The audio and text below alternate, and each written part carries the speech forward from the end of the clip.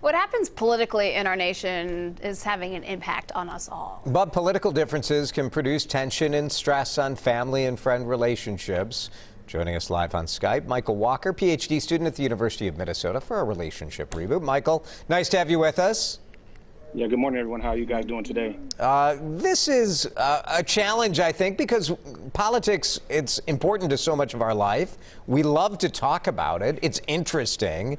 We're passionate about it. But woof, it can be tough with your friends and family. For sure, for sure. And one thing we got to be mindful of is there's like a thing called political fatigue or politics fatigue. And really what it's saying is people are being frustrated with just thinking that the system is so big and they can't do anything to impact that system. I mean, other things that address this is about like the media, social media. So, you know, it's all over the place. It's on television. It's in the social media platforms of Facebook or Snapchat. It's in the print news. I mean, so it's all over the place. And then also people are just trying to figure out, what do I do about the politicians, right? There's all these different compromising situations or quote unquote scandals that are coming up about different things. And folks just get drained by hearing that constantly. And sometimes when you're talking with somebody who you don't agree with, it sort of feels like banging your head against a wall. I've heard some experts say, well, just talk about something else. Do you believe that, or do you think that we actually can have these productive discussions? I mean, I definitely think we can have these productive conversations, and I think they have to have some type of guidelines to it. And when I say guidelines, just, you know, ways to communicate with each other. And one thing is that we have to try to avoid this oppositional positioning where we're using terms like I disagree or no, that's not so. Instead, using words and things that you've heard me talk about more, about being more curious. Like, can you help me understand why you are voting for this candidate, or what is important to you when you're considering who to vote for?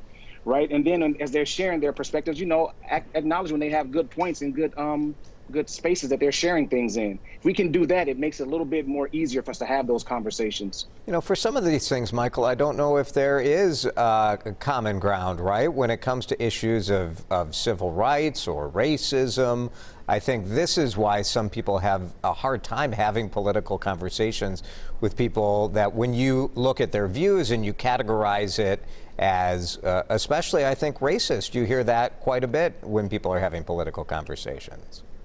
For sure. And I think we have to be mindful of what is really political. I think sometimes we get the definitions of political things confused. Like, so in my perspective, political is something around saying, hey, should we have a light rail in our city?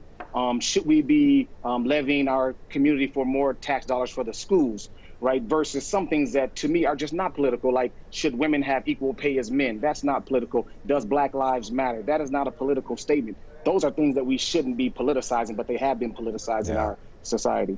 One of the recommendations you have is really just breathe.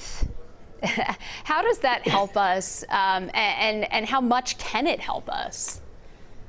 Well, I think, you know, it's about slowing down, right? If we can control what we can control, which is about us, right? And slow down, because people are going to have perspectives. You're going to have those folks that are on your social media platforms or family members who have strong opinions, right? And if we can just really take a little bit of understanding that there's nuance to all of this, right? One thing that I've learned in the PhD program that has really stuck out to me is about understanding like multiple perspectives, multiple sides. And so how do we do our due diligence in understanding those perspectives so that we have a strong stance on why we are voting a certain way? Now, the issue is that there's so much information out there that we have to be mindful that we can't know every single thing out there, but we can get as much information as possible to make a better informed decision on why we are voting for a specific candidate or not. Good. Michael, thank you so much. We appreciate it. Yep. Thank you guys for having me. Appreciate you.